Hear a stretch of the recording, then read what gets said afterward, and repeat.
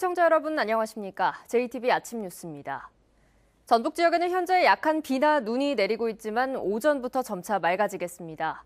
아침 최저 기온은 전주 2도, 익산 0도로 어제보다 10도가량 높습니다.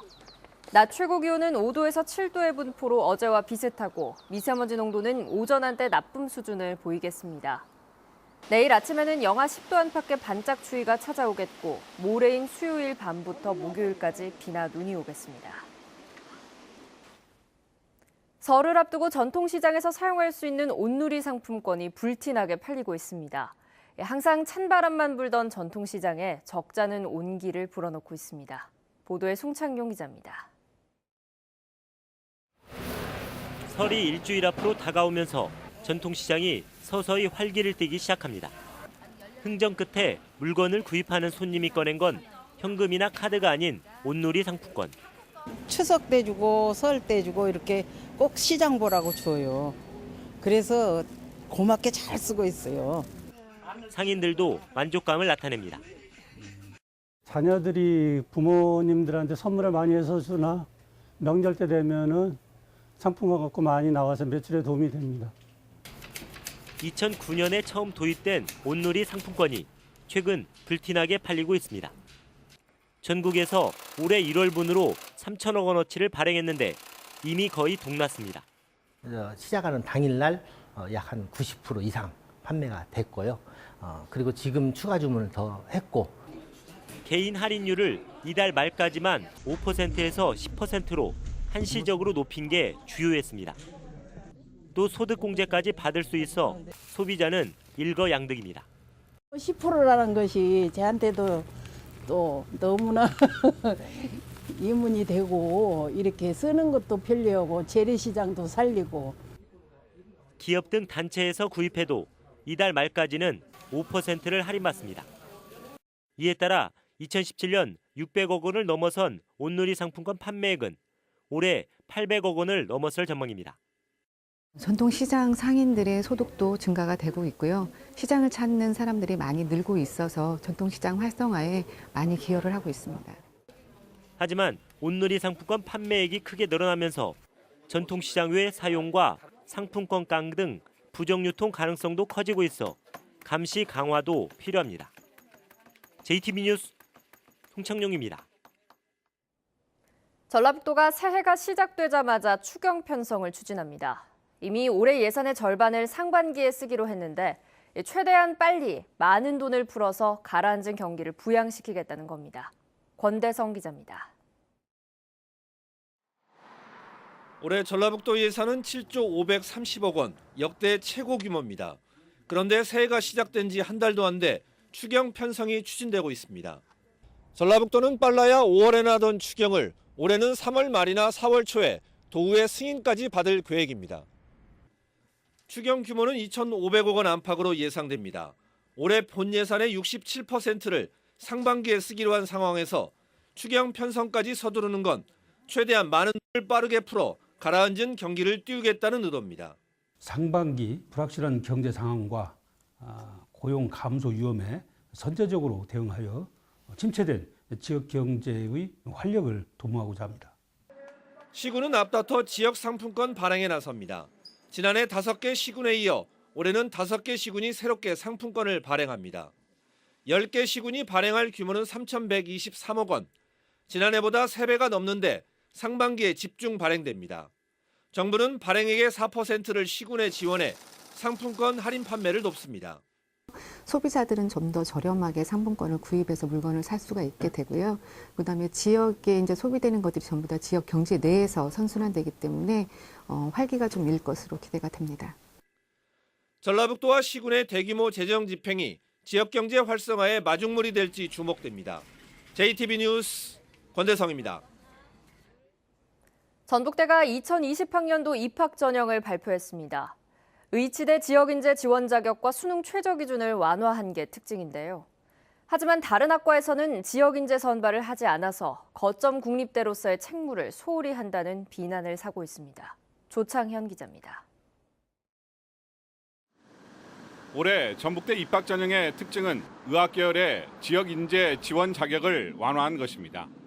이전에 지역인재 지원 자격은 부모와 학생 모두 전북에 거주하거나 중고등학교를 전북에서 졸업해야 가능했습니다. 하지만 올해 입시에선 전북 소재 고등학교 졸업자면 지역 인재로 인정받습니다. 타 지역 출신이면서 도내 자사고를 졸업한 학생도 지역 인재로 적용받는다는 얘기입니다.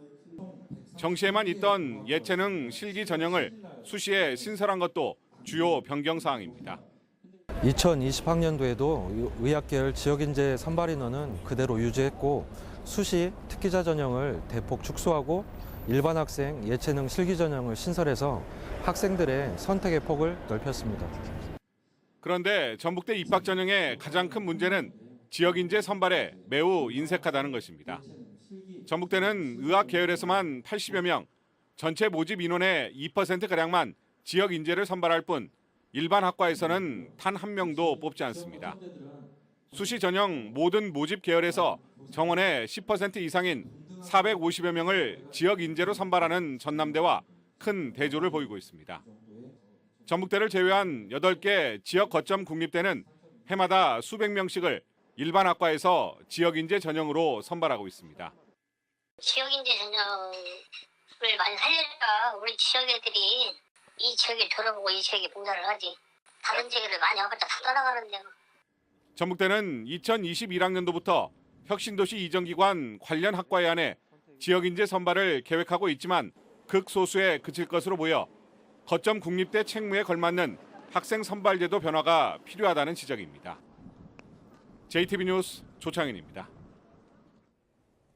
완주군이 도심과 농촌 지역의 동반 성장을 위한 일자리 전략을 수립했습니다. 임실군이 설을 앞두고 서울과 수도권에서 농특산물 직거래 장터를 엽니다. 주혜인 기자입니다.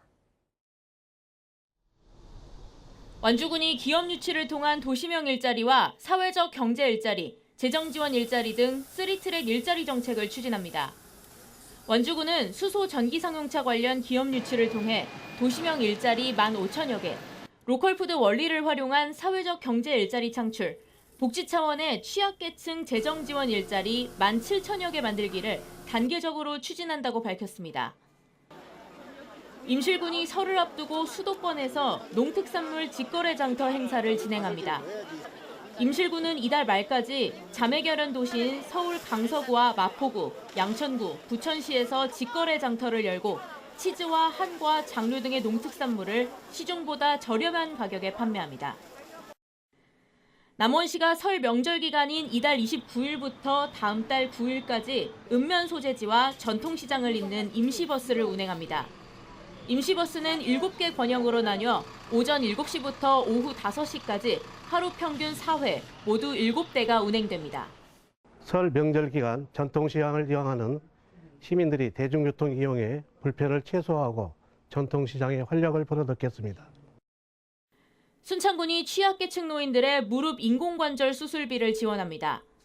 순창군은 기초생활수급자와 차상위 계층, 한부모 가족 가운데 만 60세 이상 노인이 무릎 인공관절 수술을 할 경우 최대 120만 원까지 실비로 지원합니다. JTB 뉴스 주혜인입니다. 오늘 새벽 3시쯤 군산시 조촌동 한 아파트 9층에서 불이 나 주민 20여 명이 대피하고 집안에 있던 42살 김모 씨가 연기를 마셔 병원에서 치료를 받았습니다. 소방당국은 안방에서 불이 시작된 것으로 보고 정확한 화재 원인을 조사하고 있습니다. 내년 총선에 연동형 비례제가 도입되면 전북의 지역구는 2석 줄지만 비례대표로 보완하는 형태가 될 전망입니다. 민주당은 국회 300석 가운데 지역구를 253석에서 200석으로 줄이는 안을 제시했고 야3당은 전체를 330석으로 늘려 지역구에 220석, 비례대표로 110석을 배정하자는 입장입니다. 지역구 감소폭과 인구 기준을 고려할 때 모두 10석인 도내 지역구는 2-3곳 줄고 대신 지역 출신 비례대표가 늘어나게 됩니다. 전라북도는 인구가 적은 농촌이 많은 현실을 고려할 때 연동형 비례제 중에서도 권역별로 비례대표를 선발하는 방식이 지역 대표성 확보에 유리할 것으로 전망됩니다. 군산시는 오는 2023년까지 상수도 시설 현대화 사업을 추진합니다. 군산시는 600억 원을 들여 65km에 이르는 불량 배수관과 급수관을 교체하고 최적화 관리 시스템을 설치해 수돗물 누수를 줄일 계획입니다. 군산시는 상수도 현대화 사업이 완료되면 69%에 머물고 있는 유수율이 85%까지 올라갈 것으로 내다봤습니다. 전주시 삼천동 자원순환 특화단지 입주업체들의 공업용수가 공급됩니다. 전주시는 오는 8월까지 18억 원을 투입해 4.8km의 공업용수관을 매설하면 9월부터는 자원순환 특화단지 입주업체들이 공업용수를 사용할 수 있게 된다고 밝혔습니다. 공업용수가 공급됨으로써 그동안 생활용수를 사용해왔던 입주업체들과 리사이클링타운에서는 6억 원이 넘는 수도요금을 절감할 수 있게 됐습니다. 이번 겨울 들어 수도계량기 동파가 크게 줄어든 것으로 나타났습니다. 전라북도는 지난해 12월부터 현재까지 수도계량기 동파 건수가 119건으로 최근 3년간 같은 기간의 평균인 913건의 22%에 그쳤다고 밝혔습니다. 이는 예년에 비해 한파가 길지 않았기 때문인 것으로 풀이됩니다.